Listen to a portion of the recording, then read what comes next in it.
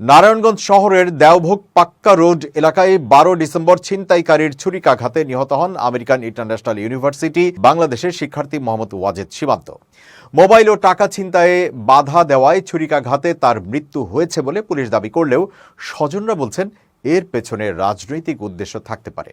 কারণ সীমান্তের পরিবার বিএনপির রাজনীতির সঙ্গে যুক্ত, আবার বৈষম্য বিরোধী ছাত্র আন্দোলনেও অংশ নিয়েছেন সীমান্ত, তবে সংগঠনের কোনো পদে ছিলেন না। ওয়াজেদ সীমান্ত দেওভোগ পাক্কা রোড এলাকার মোহাম্মদ আলম পারভেজের ছেলে এবং আমেরিকান ইন্টারন্যাশনাল ইউনিভার্সিটি বাংলাদেশের কম্পিউটার সায়েন্স অ্যান্ড ইঞ্জিনিয়ারিং বিভাগের ছাত্র। 12 ডিসেম্বর সকালে ডিআইটি আলী আহমদ চুনকা পাঠাগারের সামনে তাকে ছুরিকাঘাত করে ছিনতাইকারীরা। ওই দিন রাত 10:15টায় ঢাকা মেডিকেল কলেজ হাসপাতালে চিকিৎসাধীন অবস্থায় মারা যান।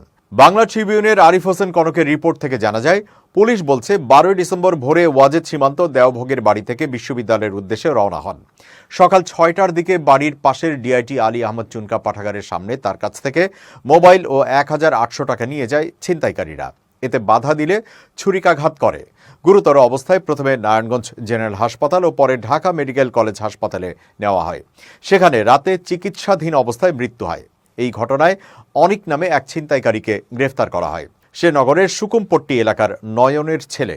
তার কাছ থেকে নিহতের মোবাইল ফোন ও হত্যাকাণ্ডে ব্যবহৃত ছুরি উদ্ধার করেছে পুলিশ।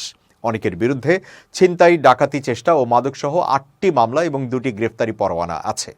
পুলিশের দাবি, এই হত্যাকাণ্ডের মূল হোতা অনিক।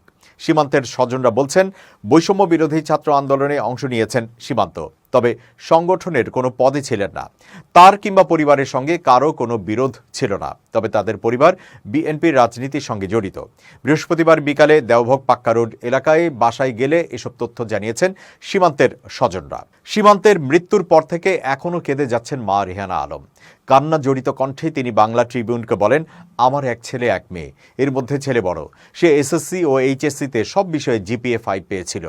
বিশ্ববিদ্যালয়ে নিয়মিত ভালো ফল করেছিল। খুব মেধাবী ছাত্র, কখনো বাইরে আড্ডা দিতে যেত না। বিশ্ববিদ্যালয় আর বাড়িতে পড়াশোনা করে সময় কাটাতো। বাইরে কারো সঙ্গে মিশত না, বন্ধু বান্ধব ছিল না, সারাক্ষণ লেখাপড়া নিয়ে ব্যস্ত থাকতো।